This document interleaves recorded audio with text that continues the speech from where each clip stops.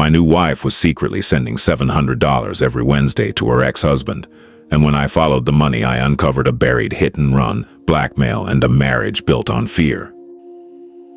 I found the pattern on a gray Wednesday afternoon in March.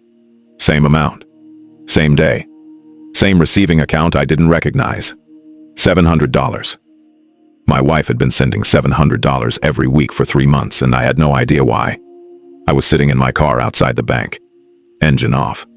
Windshield fogged at the corners.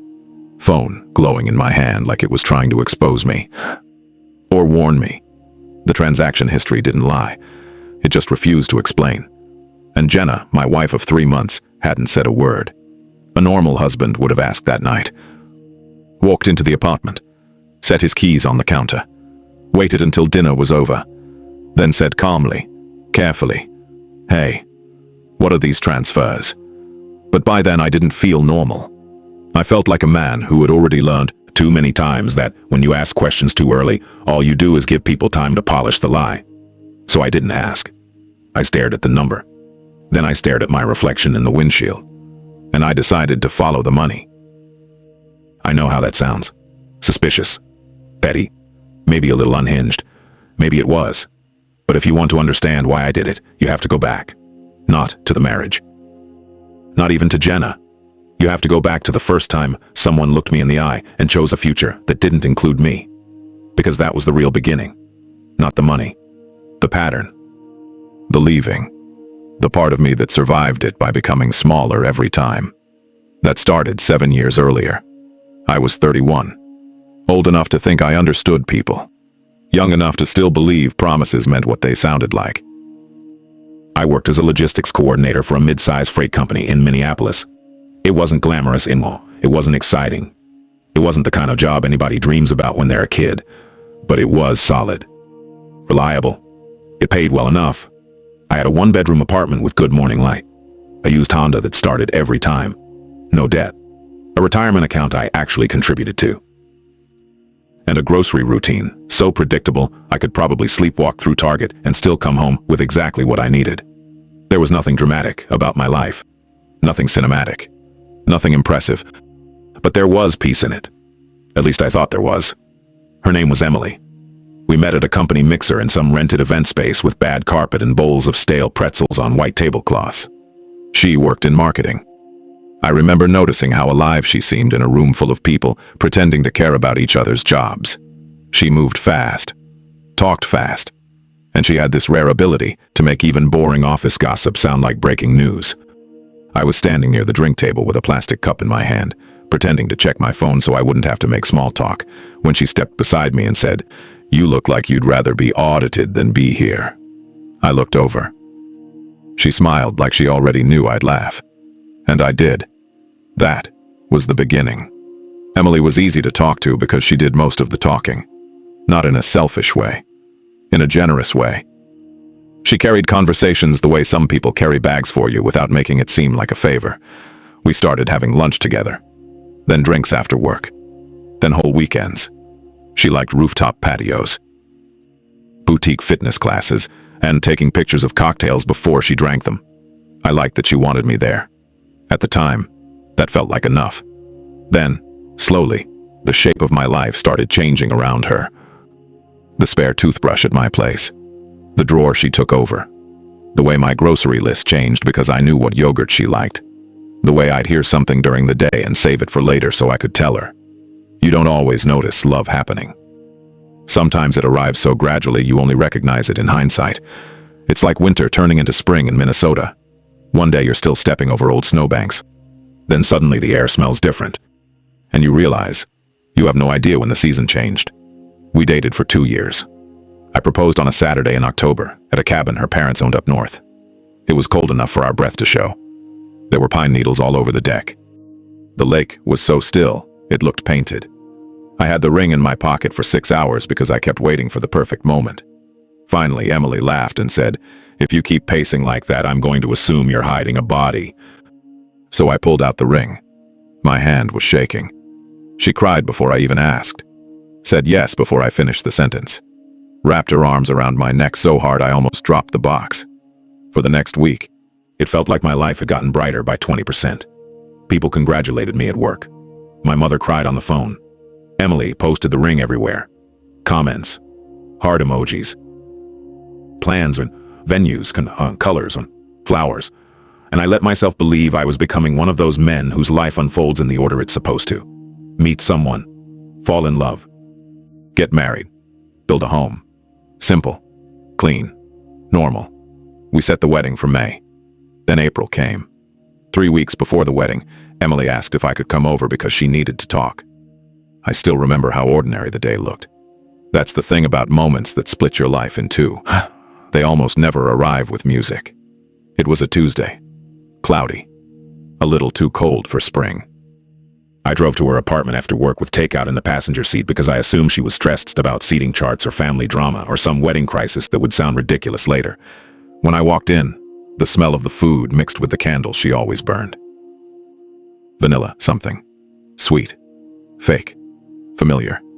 Emily was sitting on the couch with a yellow throw pillow in her lap, like it was the only solid thing in the room. She looked tired. More than tired. Resolved. That was the first moment I got scared. I sat down across from her. "What's going on?" She didn't look at me. Then she said, "I can't do this." I remember how quiet I got. Like my whole body lowered its volume to hear better. "Can't do what?" "Get married." I waited. She swallowed. "Not to you, not to anyone. I thought I wanted this, but I don't. I'm not ready. I don't think I'll ever be ready."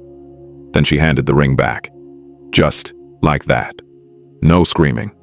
No collapse. No dramatic confession. Just a ring in my palm and the refrigerator humming in the next room. I asked questions, but not many.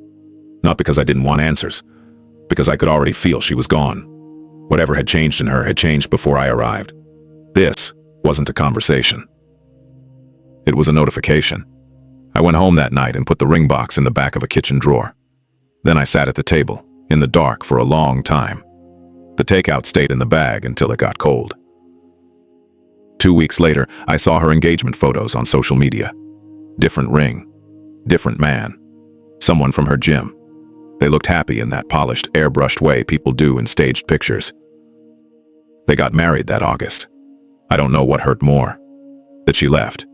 Or that not ready had apparently meant not for you. I didn't break anything. I didn't call her. I didn't beg. Everybody expected some visible collapse, I think. My parents got careful around me. Co-workers lowered their voices when I walked by.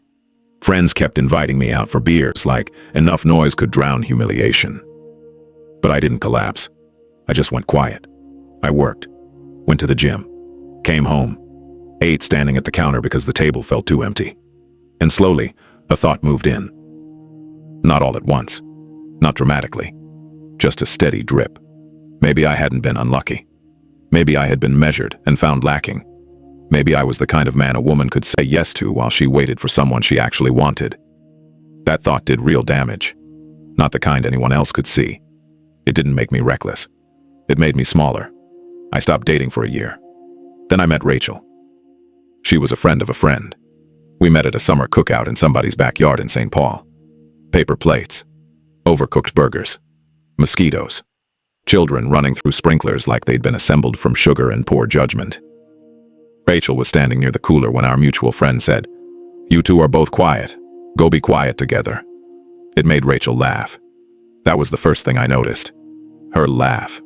Soft. Almost surprised. She was a nurse. Brunette. Thoughtful. The kind of person who listened all the way through your sentence instead of waiting for her turn to talk. Being around her felt different from being around Emily. Less electric. More steady. Like sitting down in a room with good light after you've been squinting for years. We moved slowly. Dinner. Walks. Quiet weekends. Learning the shape of each other's routines. She worked long shifts and sometimes she'd come over afterward with her hair still smelling faintly like hospital soap and tiredness clinging to her in that heavy, quiet way. I'd heat up leftovers. She'd kick off her shoes by the door. We'd sit on the couch and talk about ordinary things. The best cereal. Whether dogs know they're dogs. Why all the good produce disappears by Sunday. I loved how unremarkable it felt. After a year and a half, I proposed. Smaller, this time. No lake. No cabin. No big setup. Just a quiet restaurant with dim lights and a booth in the corner. She said yes. No tears. Just a long look. Then a smile. Steady enough to make me believe in second chances. We planned a small wedding. Immediate family only. Short guest list. No giant venue. No performance. By then I had convinced myself I'd learned something the first time. Maybe love worked better when it was quieter. Maybe stability required humility. Maybe less spectacle meant more truth. Then, about 3 months before the wedding, Rachel's text started slowing down. At first I told myself not to overreact. She was a nurse. Schedules changed. Shifts ran long. People got tired. I understood stress. I made excuses on her behalf so automatically it almost felt loving. Then she started canceling plans. Dinner became next week. Weekends became, I'm exhausted. Calls got shorter. Replies got thinner. 1 word. 2 words. A heart emoji where a sentence should have been. I asked if something was wrong. She said work was overwhelming. She said she needed space. She said she didn't want me to take it personally. So I did what I had already trained myself to do. I gave space. I tried to be patient. I tried to be understanding. I tried to become so undemanding there would be no reason to leave. 2 weeks before the wedding, she called me. Not texted. Called. That should have told me everything. When people want to stay, they don't suddenly switch mediums. I answered on the second ring. Hey. Silence. Then flat and clean. I can't marry you. No preamble. No soft landing. Just the sentence. My hand tightened around the phone. Why? I don't feel it anymore. I can still hear how relieved she sounded. Not cruel. Relieved. I don't know if I ever really did, she said. I think I wanted to. I think I wanted to feel normal. I wanted to want this. But I don't. Rachel. I'm sorry. Is there someone else? A pause.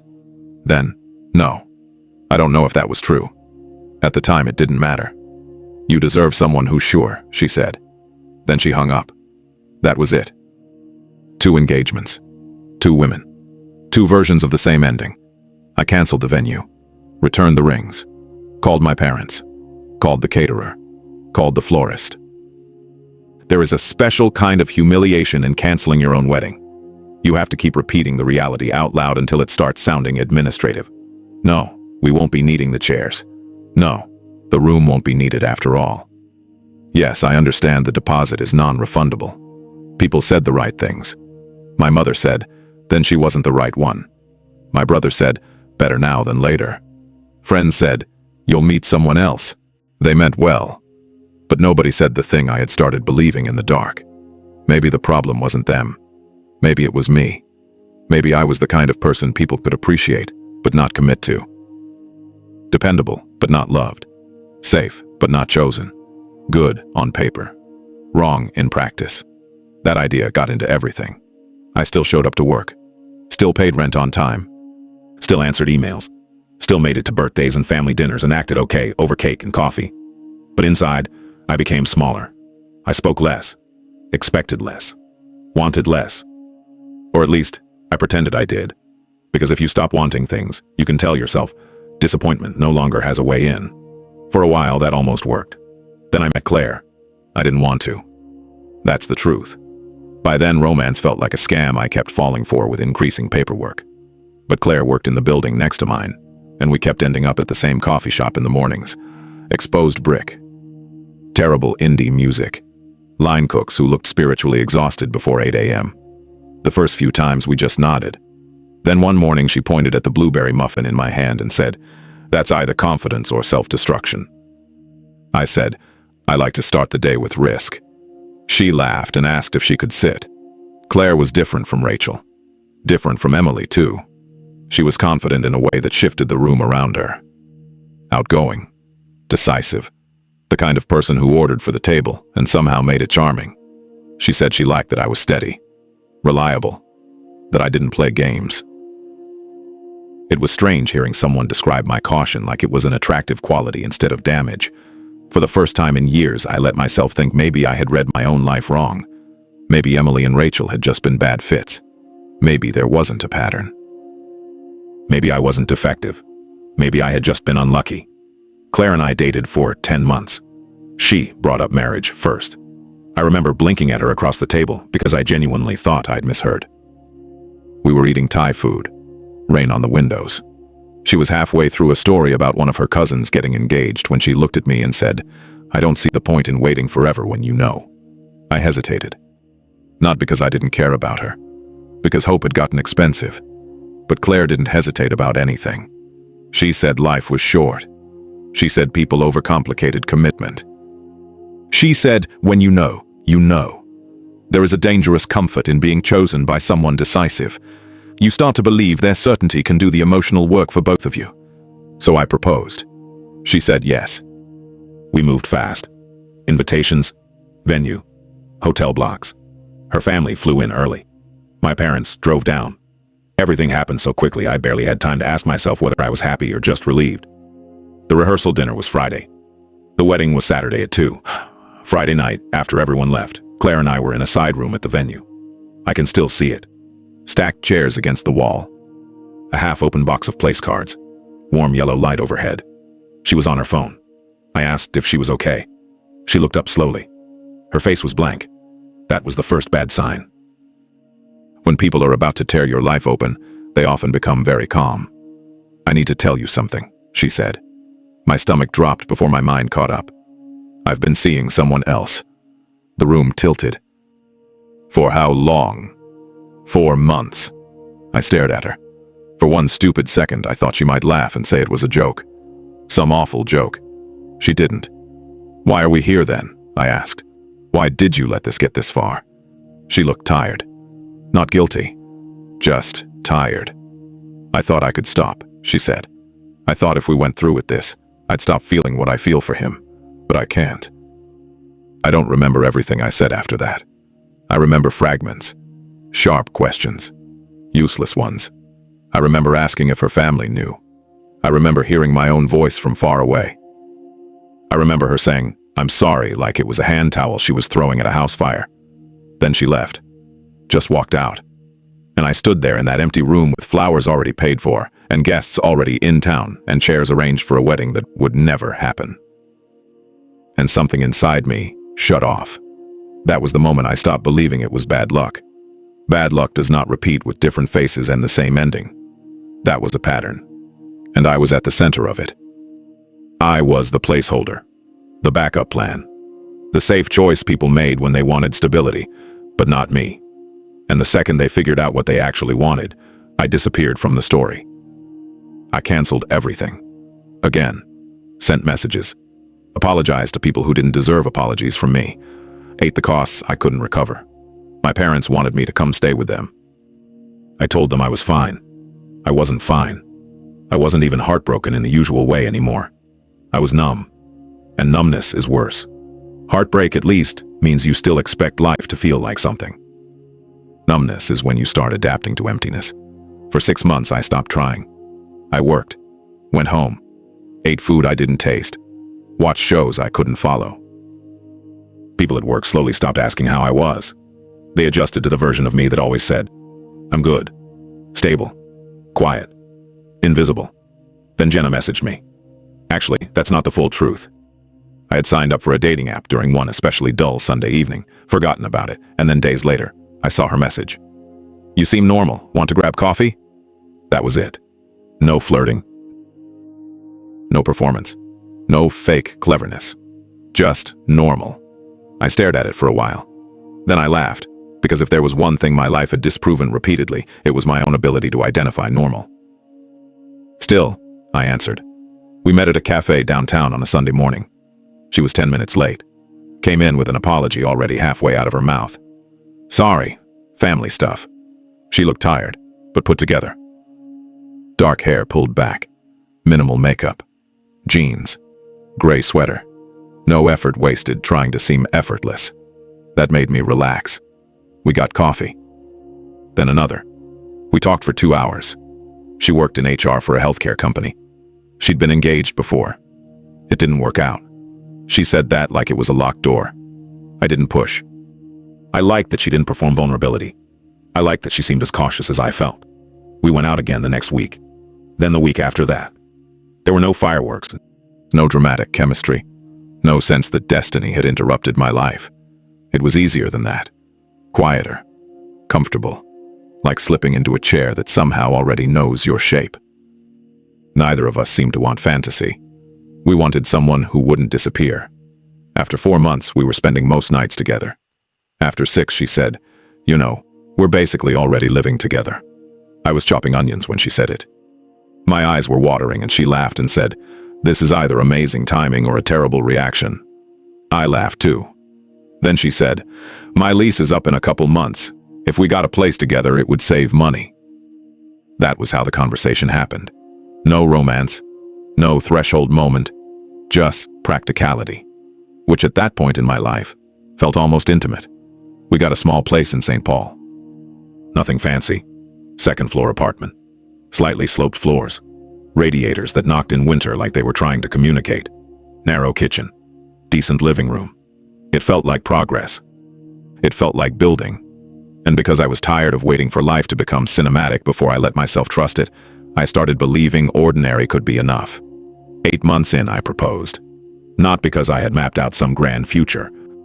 Honestly, I barely planned it at all. We were eating dinner at home. She had made pasta. Too much garlic. Not quite enough salt. I never told her because I liked the way she cooked, like it was a puzzle she refused to lose. We were talking about her lease ending for real and whether we should find a bigger place if we were going to keep combining everything. And suddenly the question was just there. Simple. Blunt. "Do you want to get married?" She stopped mid-bite and looked at me. "Are you serious?" "Yeah." A small pause. Then a small, real smile. "Okay." That was it. No ring in the moment. No kneeling. No speech. Just, okay. 3 weeks later, we went to the courthouse. Her sister came. My brother came. We signed papers. Took a photo in a hallway that smelled faintly like old tile and cleaning solution. Then we all went to lunch. The whole thing lasted maybe 3 hours. It was almost aggressively unromantic.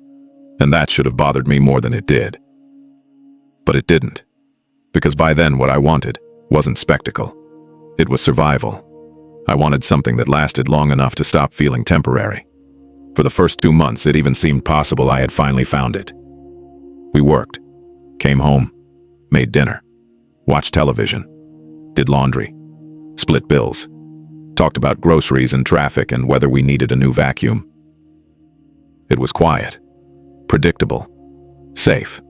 Jenna was easy to live with. She cleaned up after herself. Remembered to buy toilet paper before we ran out.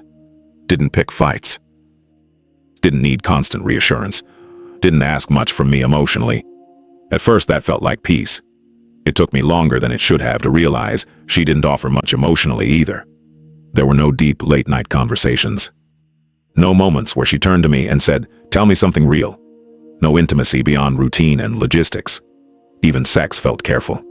Measured. Like something she permitted rather than entered. But I told myself it was fine. Not everybody wants grand passion. Not everybody lives with their heart open on the kitchen table. Maybe adulthood just looked like this. Maybe love was supposed to be ordinary enough to be a little boring. Then March came, and I found the transfers. I was paying bills that afternoon. Just doing what I always did. Logged into the shared account to make sure rent had cleared and the utilities were covered. Then I noticed the first one. $700. To an account I didn't recognize. The name attached was J. Harmon. I scrolled up. There was another one. Same amount. Same day of the week. Then another. And another. Every Wednesday. Going back almost to the week after we got married. 12 weekly transfers. More than $8,000. At first I assumed there had to be some explanation. Something boring. Debt repayment. Family arrangement. Medical issue. But what caught my throat wasn't the amount. It was the secrecy. We were married. We shared bills. We were not rich enough for $700 a week to vanish without consequence. And she had never mentioned it. Not once. I sat in my car outside the bank because I couldn't bring myself to go back into the office. The sky was heavy and white. A plow-damaged curb sat dirty with old snow. People walked past my car carrying coffee and little paper bags and their own ordinary lives, and the whole time I kept staring at the screen. 700. 700. $700. That night, Jenna came home and set her bag by the door like always. Kissed my cheek. Asked if we had enough eggs. Talked about someone from work getting written up for something minor. I listened. I answered. I passed her the salt. And all the while, I kept waiting for her face to reveal something. Guilt. Nervousness. A crack. But she seemed normal. Not overly normal. Just normal. That scared me more. After she fell asleep, I got out of bed and checked the account again. Then I zoomed in on the recipient. J. Harmon. I searched her phone contacts while she slept. Nothing. Searched social media. Nothing useful. Searched public databases. Nothing clean. The next Wednesday, I watched the account. At 11:02 in the morning, another transfer went through. $700. That night, I decided to ask. Gently. No accusations. No raised voice. Just an opening. We were in the living room. Her laptop was open. The television was on low. I said, "Hey, I noticed some transfers in the account. To someone named J. Harmon. Do you know what that is?" She looked up. Her expression barely changed. "Oh, yeah, that's just something I'm handling." I waited. Handling. Family stuff, but it's complicated. "Is everything okay?" "Yeah, it's fine. Don't worry about it." Then she looked back at her screen. That was it. No explanation. No promise to clarify later. Nothing. And lying next to her in the dark that night, I realized something that made me feel stupid in a way I hadn't felt in years. I didn't know my wife. Not really. I couldn't have named her best friend. Couldn't tell you what movie she watched when she was sick. Didn't know what family stuff meant. Didn't know why she was sending $700 a week to a stranger. I had married someone because she felt safe. And in doing that, I had mistaken quiet for closeness, privacy for trust, routine for intimacy. I could have pushed harder, demanded answers, picked a fight, but I had lived through too many endings already to trust words given under pressure. I knew how people sound when they're cornered. I knew how quickly explanations can be assembled, so I stopped asking questions. And I started following the money. I opened a separate browser, used a VPN, created a new email account, did things I never imagined I'd do inside my own marriage. That matters. I wasn't proud of any of it. There was no thrill in it, just a cold, grim focus. The account number led to a regional bank, local, Twin Cities area. Not much, but something. I cross-referenced J. Harmon with property records, business filings, legal records. Nothing definitive. So I changed tactics. If I couldn't find the destination yet, I could at least pay closer attention to Jenna. Not in a movie way. I wasn't trailing her through parking garages and sunglasses. I just started noticing details. When she said she was working late, I checked the shared location app we'd set up after a snowstorm. She was at work. When she said she was with her sister, she was. When she said she had errands, her stops matched the bags she brought home. No hotel detours and no secret meetings and no evidence of an affair. That should have relieved me. It didn't. Because if it wasn't another person, then it was something deeper. Money leaves for a reason. It pays for something. Or someone. And people hide it when the truth would change how they're seen. So I turned to her past. I pulled up old social media and scrolled back years. Before me. Before the apartment. Before the courthouse.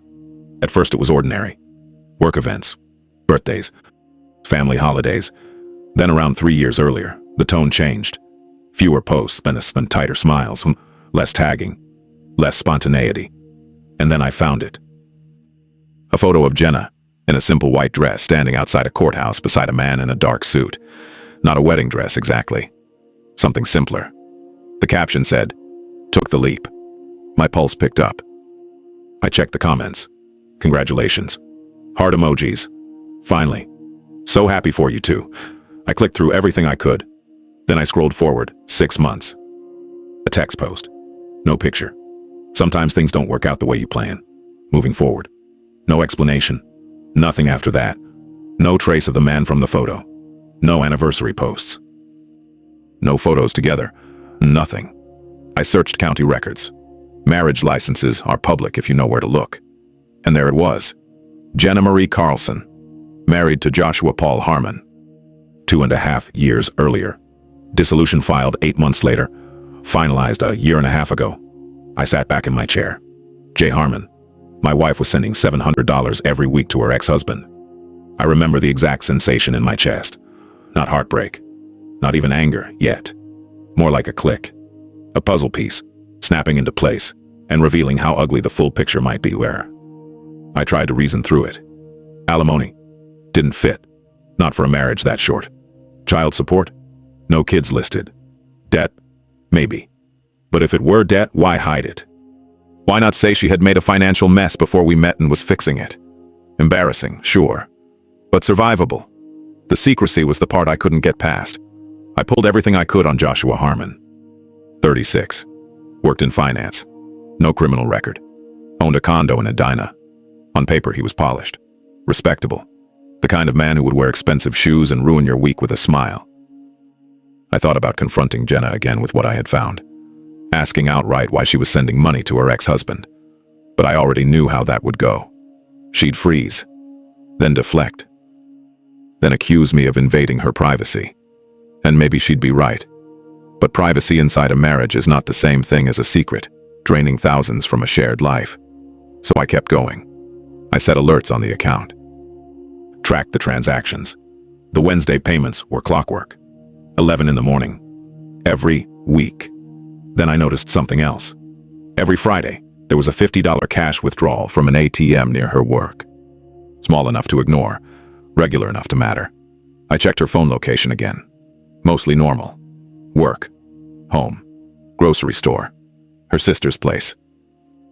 But twice a month, always on Sundays, her phone pinged from a residential neighborhood in northeast Minneapolis. I pulled the address. Ran the property records. The house belonged to Patricia Harmon. Joshua's mother. I stared at the screen for a long time. My wife was sending money to her ex-husband and visiting his mother twice a month. There are innocent explanations for almost anything if you want one badly enough. Maybe they stayed close after the divorce. Maybe Patricia had been kind to her. Maybe Jenna felt guilty about something small and stupid. But the money collapsed every innocent explanation the second I looked at it too hard. So the next Sunday, I followed her. Even now, saying that leaves a bad taste in my mouth. I told her I was going to the gym. She barely looked up from her phone. Okay, I'm heading out too. Errands. Cool, I said. See you later. I waited until she left. Then I followed. Kept my distance. 3 cars back when I could. Told myself I could turn around at any point. I didn't. She drove to northeast Minneapolis. Parked outside a small blue house with a chain-link fence and a narrow front walkway. I parked a block away. Waited. A woman in her 60s opened the door before Jenna knocked. Thin. Gray hair. She smiled and hugged her. Patricia. They went inside. I sat in my car and watched the windshield slowly haze at the corners. An hour passed. Then the door opened again. Jenna came out, and a man followed her. Tall. Dark hair. Clean-shaven. He put a hand on her shoulder. Not possessive. Not romantic. Just familiar. She said something I couldn't hear. He nodded. She got in her car and drove away. He watched her leave, then went back inside. Joshua Harmon. I sat there, gripping the steering wheel, trying to force meaning onto what I'd seen. There had been no kiss, no lingering embrace, no obvious intimacy. It didn't look like an affair. It looked worse than that. It looked practiced, routine, like a debt being serviced. I went home and waited.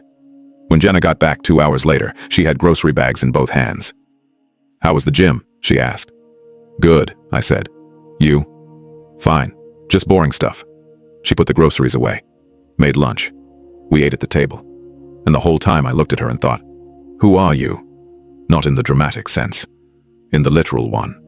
Who are you when I'm not in the room? What did I actually marry? That night I made a decision. I couldn't keep circling this forever. I needed the truth, but if I confronted her too early, I would only get the version she thought I could handle.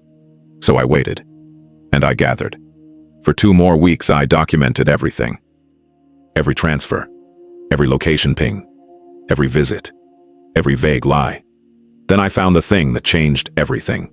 Months earlier, Jenna had asked me to help reset a password on an old email account. At the time, it meant nothing. One of those dull domestic errands that quietly become part of living with someone.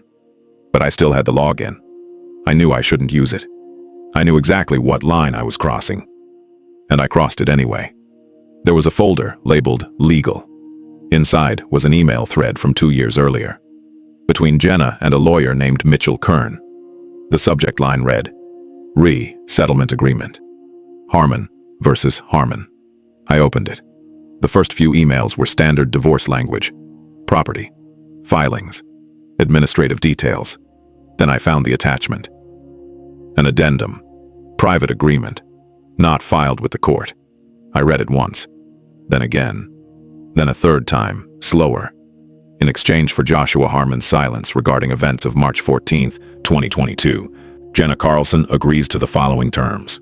Monthly payment of $2,800 made in weekly installments of $700 for a period of 5 years. Non-disclosure of the agreement to any third parties, including future spouses or partners. Failure to comply would result in the release of all relevant materials to appropriate authorities. I stared at the screen until my vision blurred. March 14, 2022. I searched the date. Found a local article buried so deep it looked almost erased. A man injured in a hit and run in South Minneapolis. Late at night. Driver fled the scene. Victim hospitalized with serious injuries. Suspect at large. No arrest. No follow-up I could find. I checked the divorce filing date. 2 weeks later. I leaned back in my chair and felt the floor shift beneath me. My wife was not quietly helping an ex. She was being blackmailed. Or close enough that the distinction didn't matter. I did the math. $2,800 a month. 5 years. $168,000. I barely slept that night. Jenna was beside me, breathing evenly, one arm tucked under the pillow the way she always slept. And I lay there in the dark, thinking about all the women who had left me. Thinking about how I had spent years assuming I was the unstable variable in every equation. Too boring. Too needy. Too safe. Too easy to leave. But for the first time in a long time, I wasn't the one standing in the shadows of someone else's decision. I was the one holding the edge of the truth. That should have made me feel powerful. It didn't. It made me feel tired. And deeply sad. Because whatever Jenna had done or failed to do, whatever part she had played in that night, I knew one thing already. She had built our marriage around a secret, big enough to swallow both of us. The next day, I went to work. Answered emails. Sat through a meeting about routing delays. Said words like timeline and inventory, while my mind was nowhere near my body. By the time I got home, I knew I couldn't carry it one more day. I asked her to sit down. She was on the couch with her phone. She looked up immediately. Not surprised. Wary. What's going on? I need to talk to you. She set the phone down. Okay. I didn't ease into it. I didn't soften it. I said, I know about the payments. I know about Joshua. And I know about the settlement. For a second, nothing happened. Then her hands tightened on the couch cushion. What are you talking about? March 14th, 2022, I said. The hit and run, the agreement, all of it. The silence that followed felt physical. She looked at me. Really looked at me. Then quietly, how long have you known? Does it matter? Yes. 2 weeks. She closed her eyes. Exhaled. Not like someone caught. Like someone exhausted. So you've just been watching me, she said. Following me. Going through my things. You've been lying to me since the day we met. I haven't lied. I laughed once. A harsh sound. You just didn't tell the truth. She stood up and walked to the window. The street outside was dim. A car passed and washed the room in moving light. Then she said very quietly, I didn't hit anyone. I said nothing. Joshua did. That changed the air in the room. I could feel it. She turned toward me. He was driving my car. We'd been out. He'd been drinking. I told him not to drive. He did it anyway. I got in because... I don't know. Because I was used to giving up. Because fighting with him felt impossible when he was like that. Her voice shook. He hit a man crossing the street. Then he panicked and kept driving. And you let him. The words came out colder than I meant. Her face flinched. Yes. I crossed my arms because if I didn't, I thought I might start shaking. I told him to go back, she said. I told him to stop, to call someone. He wouldn't. He kept driving and said if I made a scene, he'd tell the police I was the one behind the wheel. He said nobody would believe me over him. And after that, I wanted to leave him. I think I knew that night I had to, but when I said I was done, he said if I filed for divorce, he'd go to the police. He'd say I was driving, or that I begged him to help him cover it up. He said he had proof. What proof? I don't know. He never showed me anything. He just kept saying he had enough. And you believed him? Yes. She sat back down, carefully, like her knees might fail if she moved too fast. He made the agreement sound like mercy, she said, like this was the cleanest way to bury it. I pay him, he stays quiet, nobody's life gets ruined. And you agreed. I was terrified. For 2.5 years. She nodded. And then you married me. She looked up at me and said the most honest thing I had heard in a very long time. Because who would marry someone like me if they knew? I didn't answer. Because I didn't know. And she kept going. I know how it looks. I know what it is. I was in the car. I didn't stop him. I didn't call the police later. I didn't come forward. I just lived with it. Then I paid him to keep living with it. She wiped at her face. I thought if I could just get through the payments, if I could just survive the years he had left over me, I could start over. I could become someone else, someone better. So you married me. I married you because you seemed safe, she said. Then after a pause, and because you didn't seem like someone who asked too many questions. That one hurt. Not because it was unfair. Because it was true. I had spent so long trying not to be difficult to love that I had become easy to use. We sat in silence for a while. Finally I asked, "What do you want me to do?" She blinked. "What? Do you want me to leave, stay, pretend I don't know? What do you want?" Her eyes filled, but she looked almost offended by the question. "I don't know.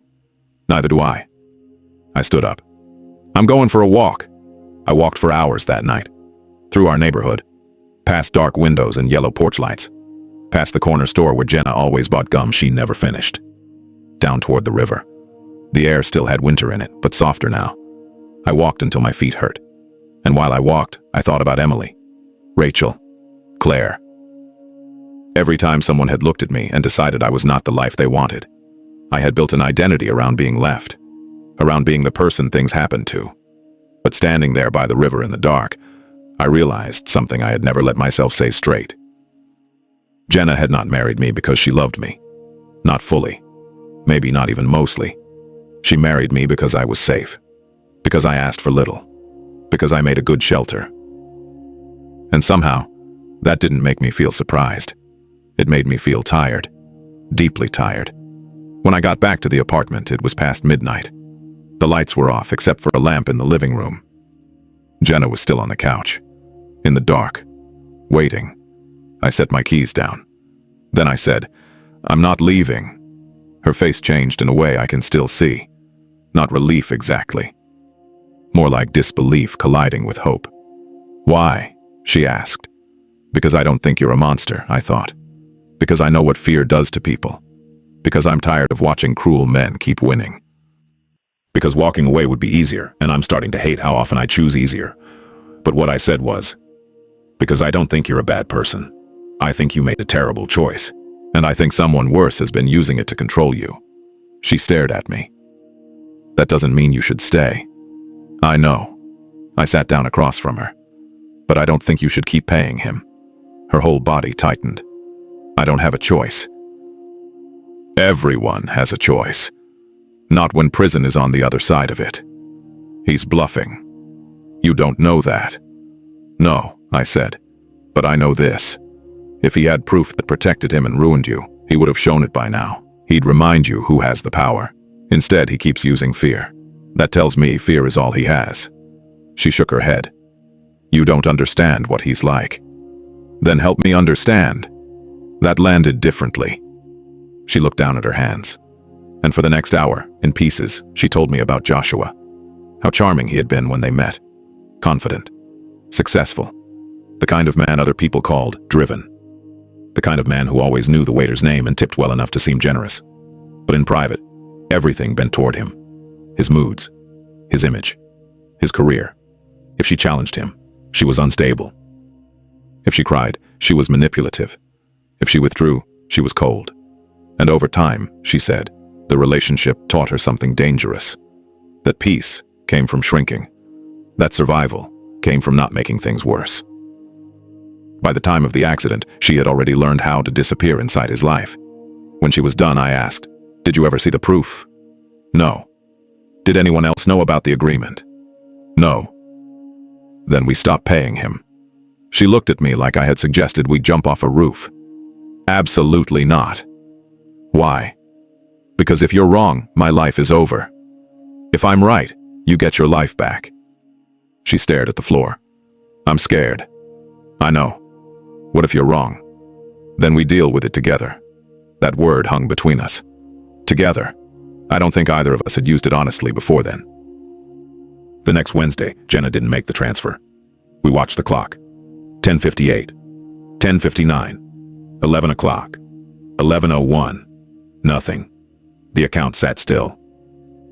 No $700 leaving us. I expected something immediate. A call. A threat. An explosion. But Wednesday passed. Then Thursday. Then Friday. Jenna flinched every time her phone buzzed. By Sunday, she was pacing. "What if he's collecting everything?" she asked. "What if he's waiting to make it worse?"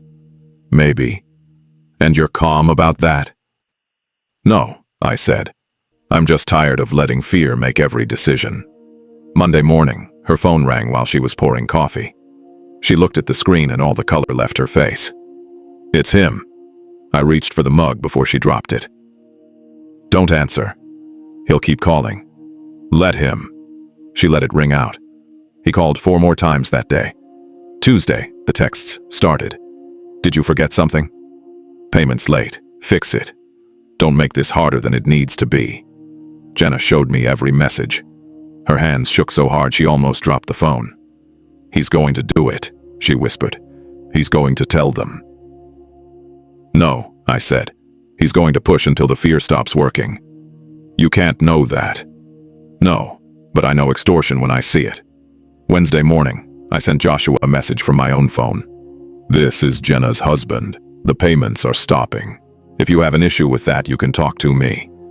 I included my number. Jenna stared at me like I had set the apartment on fire. "What did you do?" "Enough." He called within the hour. I stepped into the bedroom and answered. "Who the hell do you think you are?" he said. His voice was sharp, polished, angry. The voice of a man used to controlling rooms. "I'm the person who's not going to let you keep bleeding my wife for something you did." He laughed once. Ugly sound. "She told you her version. She told me enough. You have no idea what you're stepping into." "Then explain it." Silence. Then, "She was there. She's just as guilty." "Maybe," I said. "And if you want to test that in public, we can. But if the police hear her story, they hear yours too. And then they hear about the money." He went quiet again. That was the first moment I knew, really knew. Because men like him do not go quiet when they have leverage. They go cruel. "You're making a mistake," he said. "So are you. You have no proof." "Neither do you," I said. "At least none you've ever been willing to show." I heard him breathe. He was trying to decide who I was. Whether I scared easily. Whether I could be bullied. For years I would have been the wrong answer to that question. This time, I wasn't. "This ends now," I said. "You do not contact her again." Then I hung up. When I walked back into the living room, Jenna was standing frozen by the table. "What did he say?" "That he's angry." "That's it?" "That's enough." The next 2 weeks were some of the longest of my life. Every knock at the door made Jenna jump. Every unknown number felt dangerous. I'd come home from work and find her on the couch staring at nothing, half listening for disaster. Sometimes in the middle of the night she'd wake up and ask, "What if they come tomorrow?" And I'd say, "Then we answer the door." Not because I wasn't afraid. Because fear sounds smaller when somebody says it calmly. But nothing happened. No police. No letter. No lawsuit. No new threats. Joshua never called me again. He never texted Jenna again. The silence stretched long enough that it changed shape. It stopped feeling like suspense. Started feeling like proof. By the end of the month, Jenna sat on the edge of the bed one night and said, almost to herself, "He had nothing." No, I said. He didn't. Then she cried. Not quiet tears. Real crying. The kind that folds you inward. The kind that sounds like grief and humiliation and relief all trying to leave the body at once. I sat beside her and did the only thing that felt right. Nothing dramatic. I just stayed there. Put a hand on her back. Waited. When she finally looked up, her face was swollen and raw. "Thank you," she said. "You don't need to thank me." "Yes, I do." I shook my head. But she kept going. "You could have left. Most people would have. You could have decided I wasn't worth the mess." I didn't say anything for a second. Then I said, "I know what it feels like to think you're not worth staying for." That landed. She looked at me. Really looked. And something changed. Not romance. Not instantly. Recognition. For the first time since we met, I felt like she could actually see me. Things didn't get easy overnight. That's not how damage works. Jenna still panicked sometimes. Still looked over her shoulder emotionally, even when nobody was there. Some days she stared at her phone like it might wake up and ruin her. But slowly, we started talking. Really talking. She told me more about that night. About the man Joshua hit. How she had looked back through the rear window and seen his body on the pavement before people started running toward him. How that image stayed with her. How ambulance sirens made her stomach drop. How sometimes she dreamed she was the one in the street, unable to move, watching taillights disappear. I told her more about my own past, too. About Emily and the ring. About Rachel's phone call. About Claire in the venue side room the night before the wedding. And I told her what I had never said aloud to anyone. That after the third time, I stopped thinking of myself as a person with bad luck. I started thinking of myself as practice. Temporary. The man you date before your real life begins. She listened without interrupting. Then she said softly, "That's not who you are." I almost laughed. Not because it was funny. Because I had no idea what it would take to believe her. In April, 2 months after the payment stopped, Jenna hired a lawyer. A real one. Not the divorce attorney who had drafted the agreement. Someone new. A woman who specialized in coercion and financial abuse cases. I didn't go to the first meeting. Jenna wanted to do that part herself. I respected it. When she came home, she stood in the doorway for a long time before taking off her coat. "How'd it go?" I asked. She looked stunned. "Apparently I've been living under a threat that never legally existed." She sat down and told me everything. The lawyer reviewed the agreement, the emails, the timeline. She said the private settlement wasn't meaningfully enforceable. If Joshua tried to use it in court, he exposed himself. If he tried to pursue the payments openly, he admitted coercion. If he kept contacting Jenna after being told to stop, that became a problem for him, not her. I felt something unclench in me that I hadn't realized I was carrying. Not because I had doubted my read on him. Because fear leaves residue, even after logic arrives. The lawyer sent him a formal letter. Direct. Cold. It stated the payments had been made under duress. That further contact would be treated as harassment. That any attempt to enforce the agreement or threaten disclosure would expose him to legal risk. Joshua did not respond. By June, Jenna started breathing differently.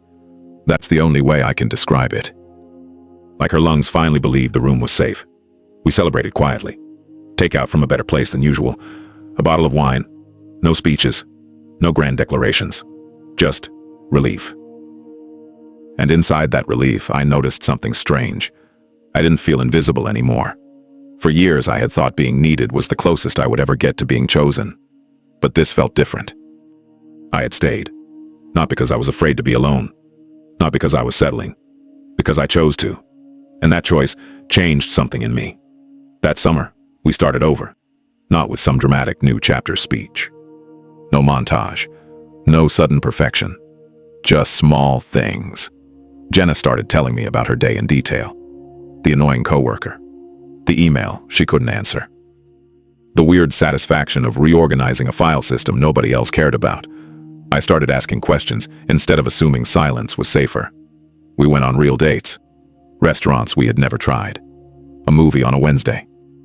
Walks after dinner.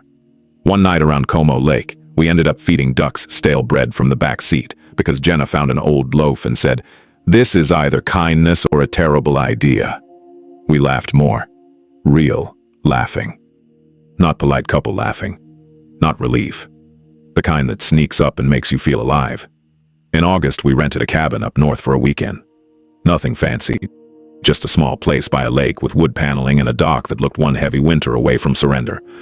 The first night we sat outside with cheap blankets over our legs and watched the water turn black. No city noise. No traffic. Just insects and the occasional creak of cooling wood. Jenna asked, "Do you ever regret it?" "Regret what?" "Marrying me." I thought about it. Really thought. Then I said, "No." She turned toward me. "Even after all this?" "Yeah." "Why?" I looked out at the water. "Because I think the version of me from a few years ago would have picked the easier option. He would have run, or stayed quietly miserable, or pretended it didn't matter. He would have done whatever required the least courage. And this version was tired of disappearing." She was quiet for a while. Then she said, "I think I would have kept paying him forever if you hadn't pushed. But you didn't." "No, because you didn't let me." I said, "I didn't do it only for you." She smiled faintly. "I know. I did it because I needed to prove something to myself." "What?" "That I could fight back." She nodded slowly. "Well," she said, "you did." When we got back to the city, something in the apartment felt different. Same furniture, same sloped floors, same radiator noise, but it felt inhabited now. Lived in, not just occupied. I started noticing details about Jenna I had been too emotionally distant to see before. The way she hummed when she cooked. The way she folded towels with almost excessive precision. The way she always left one sip of coffee in the mug and forgot it existed. She noticed things about me too. That I checked the weather 3 times before getting dressed, as if the forecast might change out of spite. That I pretended not to care about sports until the last 5 minutes of a close game. That when I was anxious I cleaned counters that were already clean. In September we had dinner with her sister Amy. It was the first time I had really spent time with Jenna's family beyond the courthouse lunch. Amy was younger, louder, warm in a blunt way. She asked a million questions over tacos and margaritas. "So how did you two meet?" "Online," I said. "And you just knew?" I laughed. "Not even a little." Amy grinned. "That's probably healthier." Jenna smiled into her drink. After dinner, Amy caught me in the hallway while Jenna was in the restroom. "I don't know what changed," she said, "but she's different now." I leaned against the wall. "In a good way?" "In a breathing way," Amy said. "For a while, she always seemed like she was waiting for something terrible. She doesn't anymore." I didn't know what to say to that, so I just nodded. In October, Jenna came home with an envelope and slid it across the table while I was eating cereal for dinner because I was too lazy to cook. "What's this?" "Open it." Inside was a check. $8,000. I looked up. "What is this?" "The money I paid him after we got married," she said. "The lawyer pushed hard, said if he wanted to avoid a formal complaint he needed to return what he had taken recently. He sent it back. Yesterday." I stared at the check, then at her. "What do you want to do with it?" She smiled. The kind of smile that starts small and means more than it shows. "I thought maybe we should go somewhere. Not to escape, just because we want to." I asked, "Like where?" She said, "You pick."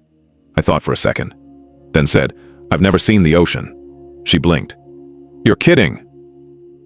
"No." She stared at me like that was somehow more shocking than blackmail. Then she said, "Okay, then we fix that." In November, we flew to Charleston, rented a car, drove down the coast. I still remember the first moment I saw the ocean. Not like a postcard, like something my body recognized before my mind did. That horizon, that sound, bigger than I expected. Louder, and somehow calmer than every lake I had ever known. On our last night we walked on the beach in the dark. Cold sand under our shoes, wind off the water, the sky open and black above us. Jenna stopped and looked at me. "Do you think we would have made it if none of that had happened?" I knew what she meant. If I had never found the transfers. If Joshua had never pushed too far. If the truth had stayed buried. I said, "No." She gave a short laugh. Yeah, me neither. Then after a pause, but I'm glad we did. So am I. We stood there, listening to the waves. And I realized something that took me years to understand. For a long time I thought the pattern in my life was being abandoned. But the deeper pattern was what abandonment had taught me to become. Passive, grateful for crumbs. So afraid of being left that I never asked to be truly known. I had accepted half presence from people because I assumed full presence wasn't available to me. With Jenna, all of that got dragged into the light. And once it was there, I couldn't pretend anymore. When we got home, life continued. Work, bills, laundry, groceries. Nothing about our lives would have looked remarkable from the outside. And I loved that. Because it wasn't performance anymore. It was real. In December, I got a message from Emily. The first one. The one from the cabin. The one who said she wasn't ready and then married someone else. Her message was short.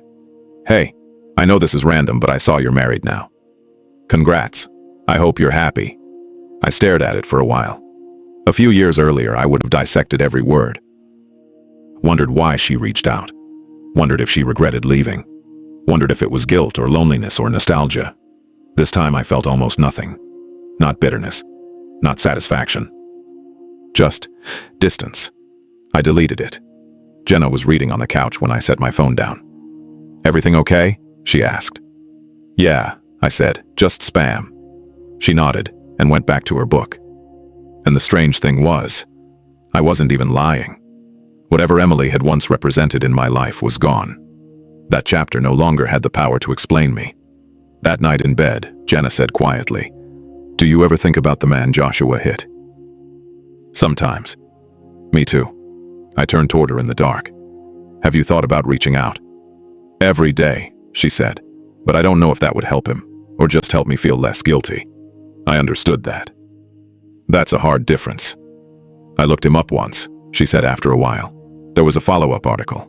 He recovered. Mostly. Walks with a limp now. I exhaled. That's something. Yeah. Then she said, I thought about sending money anonymously, but that felt wrong too. Like I was trying to buy a version of forgiveness I didn't earn. I didn't answer right away. Then I said, maybe the first honest thing is not trying to force the ending. She was quiet for a while. Then softly, maybe. In January, we had our first anniversary. We went to the same restaurant where I had asked, in the least cinematic proposal of all time, whether she wanted to get married over pasta and lease logistics. Same chipped plates. Same dim lighting. Same server. Somehow, Jenna smiled and said, Do you regret the courthouse? No. Me neither. She raised her glass. To year two. I clinked mine against hers. To year two. And I meant it. Because for the first time in my adult life, I was not waiting for the other shoe to drop. I was not reading the air for signs of departure. I was not trying to earn permanence by asking for nothing. I was just there. Present. With someone who had hurt me, yes. And who had also let me see her clearly enough that we could build something honest out of the wreckage. In February, I started therapy. That was Jenna's idea, though she said it carefully. Not as criticism. As invitation. She said, You've spent a long time surviving things alone. Maybe you don't have to keep doing that. So I went. And therapy was exactly as uncomfortable as I expected. A lot of silence. A lot of questions that sounded simple until I tried to answer them. When did you first decide your needs were dangerous? What do you believe love cost you? I hated some of those sessions. And I kept going. In March, we adopted a dog. A rescue mutt with one ear that stood up and one that gave up halfway. He had been returned 3 times. The shelter volunteer said in that careful tone people use when they're trying not to oversell damage. He's a little anxious at first, but once he settles, he's very loyal. Jenna and I looked at each other and laughed, because if that wasn't our brand as a couple, I didn't know what was. We named him Charlie. He followed me room to room for the first month like I was a manager he didn't trust, but desperately wanted approval from. Then one night in late March, almost exactly a year after I found the transfers, I was cleaning out old files on my computer, deleting duplicates, sorting folders I had ignored too long. I found one from 2 years earlier. Claire's wedding folder, with contracts and vendor emails and guest list, seating chart drafts, and evidence of a life that never happened. I opened a few files, saw my own name next to hers in elegant fonts I had once approved while pretending not to feel lucky. Then I closed the folder and deleted it. All of it. Every file. Every draft. Every backup. Not angrily. Calmly. Because I didn't need that archive anymore. I wasn't that version of myself now. When I came back into the living room, Jenna was on the couch with Charlie, asleep against her leg. She looked up. "You okay?" "Yeah," I said. "Just cleaning things out." "Find anything worth keeping?" "Not really. Mostly old things I don't need anymore." She nodded. "Good." I sat beside her. Charlie lifted his head, looked at me like I had interrupted something important, then rested his chin on my knee. And I remember thinking how strange it was that the life I ended up with looked nothing like the life I had once tried so hard to secure. No big wedding. No perfect beginning. No clean story. Just truth. Late and ugly and necessary. Then April came again. A full year since I found the transfers. A full year since I followed the money and found everything hidden underneath it. One morning, Jenna and I were at the kitchen table drinking coffee while Charlie slept in a patch of weak sunlight by the window. She looked at me and said, "I want to tell you the whole truth." I set my mug down. "I thought you already did." "Most of it," she said. "Not all of it." I waited. "When I agreed to marry you, it wasn't only because you felt safe. It was because I thought marriage might change how Joshua saw me. I thought if I belonged to a new life, maybe he'd lose leverage. Maybe he'd lose interest. Maybe I'd finally feel protected enough to stand up to him." I took that in. "Did it work?" "No." "But you stayed." "Yes." "Why?" She looked at me for a long second, then said, "Because you were kind. And I hadn't been around kind in a very long time." Something tightened in my throat. "I'm not proud of the beginning," she said. "I'm not proud that fear was part of why I chose you. But that isn't why I'm still here." "Why are you still here?" "Because you're the first person who ever fought for me without trying to own me. And I want to be someone who can do that for you too." I didn't know what to say. So I reached across the table and took her hand. And for a moment, we just sat there in the morning light with coffee cooling between us and Charlie snoring softly in the corner. It felt like one of the most intimate moments of my life. That night, I couldn't sleep. I got out of bed and stood by the window. The street was quiet. A porch light glowed across the road. Somewhere a car door shut. And I thought about the question that had followed me for years without my naming it. What is the worst thing that can happen to you? For a long time, I would have said abandonment, being left, being replaced. Being told over and over, in different voices in different rooms, that you are not the life someone wants. But standing there in the dark, I realized that wasn't the worst thing. The worst thing is abandoning yourself first, shrinking so nobody has to reject you. Choosing silence over honesty because honesty might cost you someone. Turning yourself into a waiting room for other people's indecision. I had done that for years, and I wasn't doing it anymore. Jenna came up behind me and wrapped her arms around my waist. "Can't sleep," she murmured. "Just thinking." "About what?" I looked out at the quiet street. About how I used to think the worst thing that could happen was being left. And now? Now I think the worst thing is leaving yourself behind just to keep someone else. She held me a little tighter. "You didn't." "No," I said. "I didn't." And that was true. For once, fully true. May came. The trees turned green. The city softened.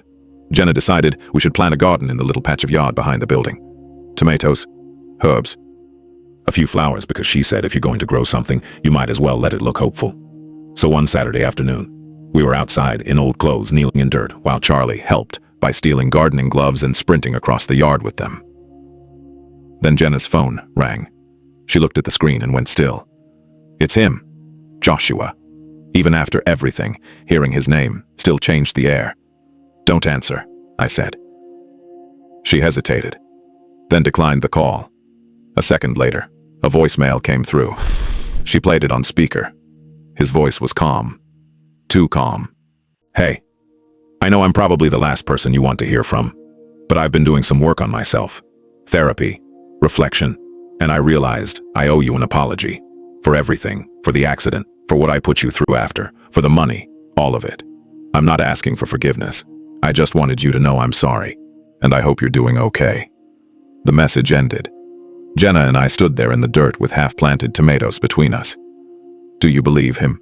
she asked. I thought about it. Then I said, "I don't know, but I also don't think it matters." She looked down at the phone, then deleted the voicemail. "I don't need his apology," she said. "I needed him to stop." "Yeah." She slipped the phone into her pocket, then knelt back down and pressed soil around the roots of a tomato plant. And I knelt beside her, and we kept working. That night she asked, "Do you think people can change?" "I think some people can."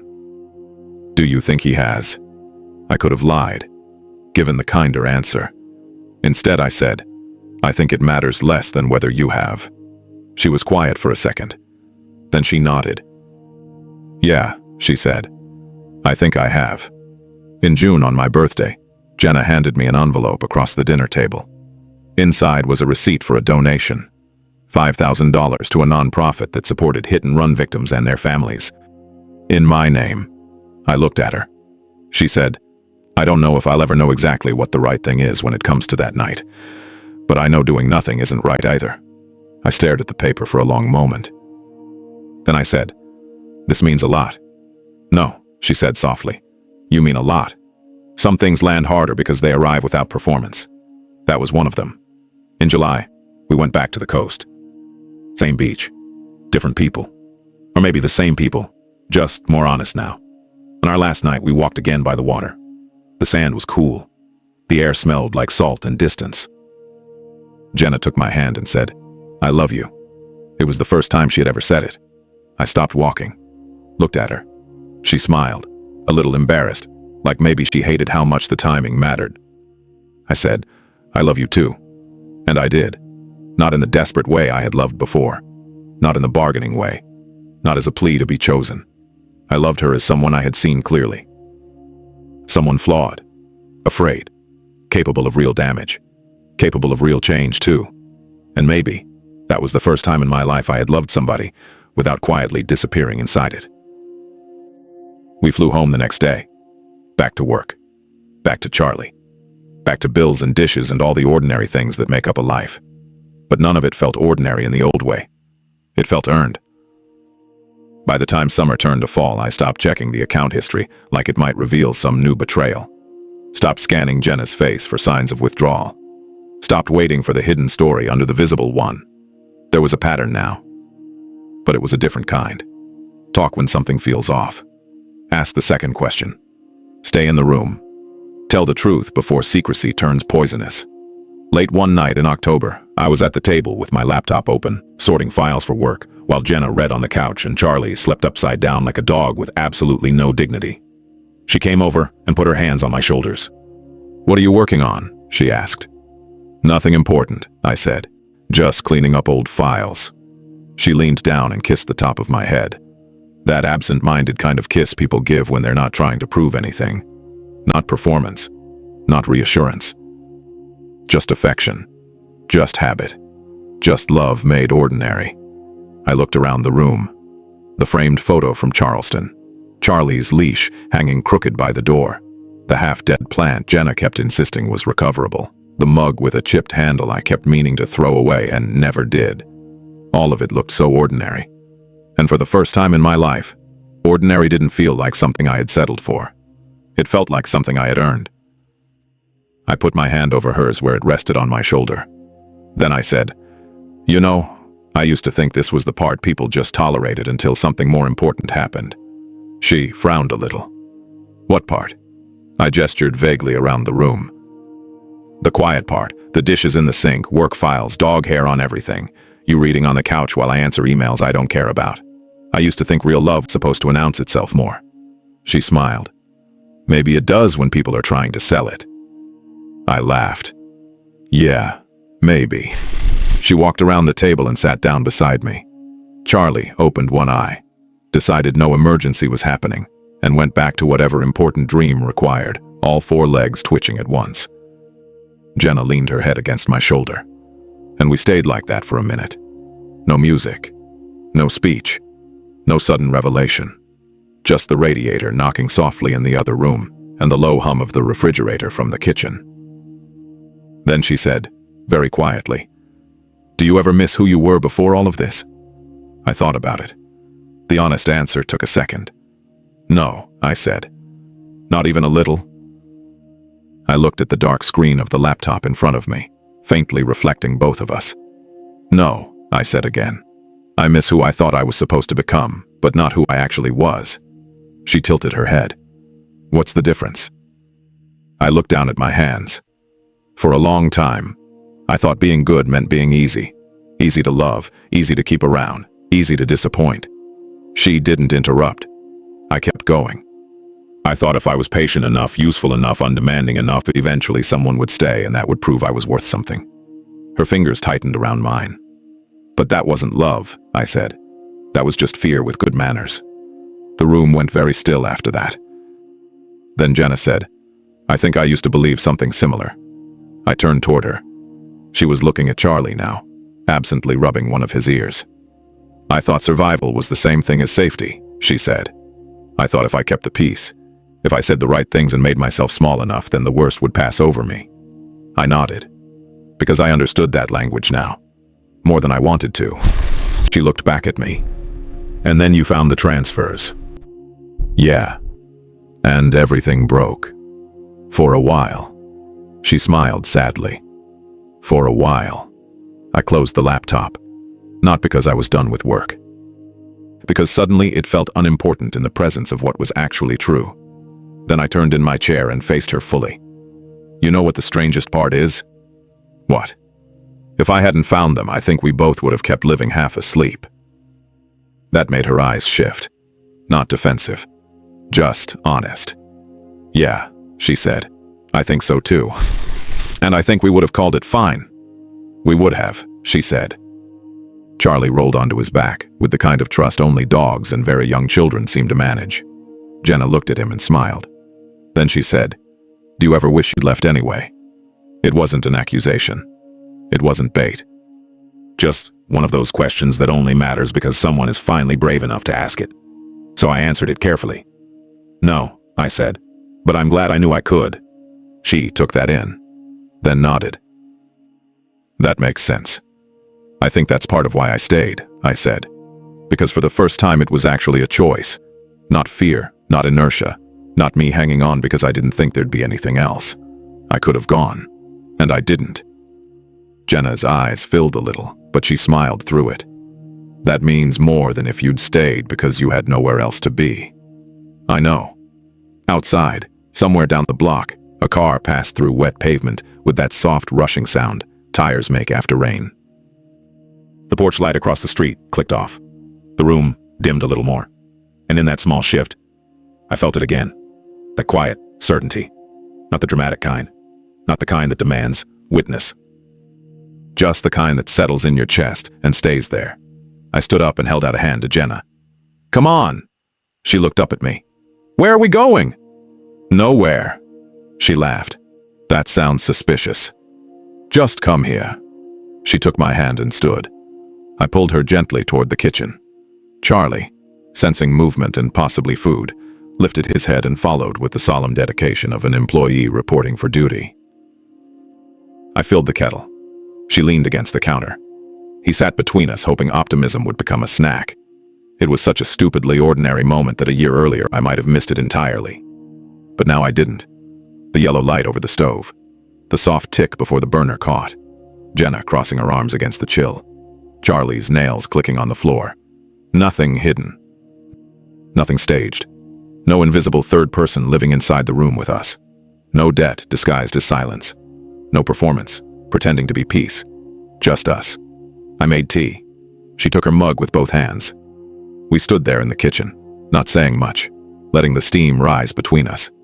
After a while, Jenna said, "You know what I think the happy ending is?" I smiled a little. "What?" She looked around the kitchen. At the mail on the counter.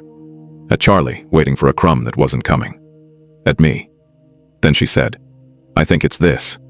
When nobody is hiding, when nobody is pretending, when you can just be tired and honest and still stay." I felt something warm and painful move through me. Because she was right. For years I had thought happy endings were supposed to look larger than life. A wedding, a promise, a ring, a perfect beginning. But maybe that was never it. Maybe the real ending, the good one, the rare one, was much quieter than that. Maybe it was just reaching a point where the room stopped feeling like a place you had to audition for. Maybe it was being known completely and not having to disappear to make that possible. I took a sip of tea, looked at her, looked at Charlie, looked at the life in front of me. Then I said, yeah. And this time, when I said it, I meant all of it. Yeah. This was the life. Not the one I had imagined. Not the one I had tried to force. The one that remained after the secrets were dragged into the light and the fear stopped making the decisions. The one built slowly. Honestly. The one where staying actually meant something because leaving had been possible. The one where love was not performance, not rescue, not relief, just truth, made livable. Jenna reached for my free hand. Charlie sighed and dropped onto the floor between us. And in the quiet little kitchen, with the tea cooling and the night settling in around the windows, I understood something at last. The worst thing that ever happened to me was never being left. It was all the years I spent leaving myself first. And the best thing was not that someone finally stayed. It was that I did. For once I did. And after everything, that was enough. More than enough. It was home.